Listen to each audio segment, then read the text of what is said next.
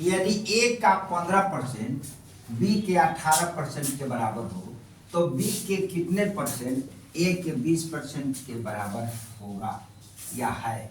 सवाल को समझिए। कह रहा है कि ए का 15% बी के 18% के बराबर है तो बी के कितने परसेंट ए के 20% के बराबर है या होगा। क्वेश्चन आपका रहेगा तो इसमें कुछ करना नहीं है।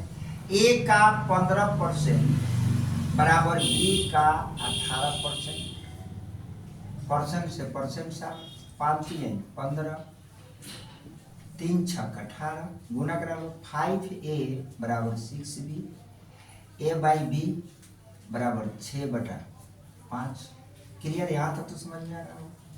अब बोला क्या b के कितने परसेंट, तब b के x%, b का x% इक्वल टू a के 20% के बराबर होगा और a के 20% के बराबर होगा।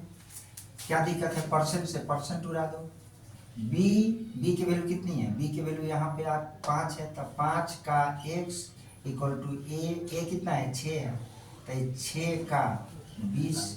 क्या दिक्कत है, 5 चौका 20 6 चौका 24 x का 24%। ये आपका क्या हो जाएगा, आंसर होगा। देखा तरीका बनाने का, सोच सिंपल तरीका है, धांसू जिसको बोलते हैं। नेक्स्ट क्वेश्चन है, बी अपनी मासिक आय का 15% किराया पर और शेष का 60% गृह कार्य पर खर्च करता है। यदि वह 210 रुपया बचाता है तो उसकी मासिक आय क्या है। मासिक आय इसमें क्या है, 15 मान लो कि मासिक आय माना कि मासिक आय इक्वल टू x रुपया। x का 15% खर्च करता है, 15% खर्च करता है तो बचाता कितना है, बचाता है 85%, क्योंकि 100 में से 15 को माइनस करो तो x का 85% बचाता है। अब फिर शेष का जो बाकी है उसका 60% खर्च कर देता है तो बचाता कितना है, 60% खर्च कर दिया तो 40% बचाता है तो इसका 40%। और टोटल बचत कितना है, 60% 40%। टोटल बचत कितना है इसका 2210 रुपया, यानी 2210 रुपया।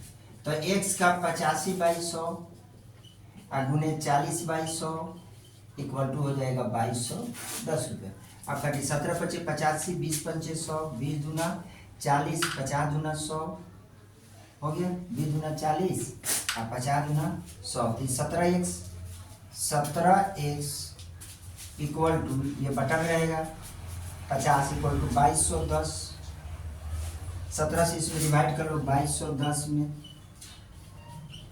17 एकम 17, 12 में सबके साथ गया 5, 1 17 किया 51, 130 बार में कट जाएगा आपको 130 बार में। तो इससे इसमें गुना करा लो 130 बार, यहाँ देखो 130 तो x बराबर क्या होगा 130 गुने 50, 17 × 5 = 65, 65 पर डबल जीरो है तो 2 जीरो सटा दो।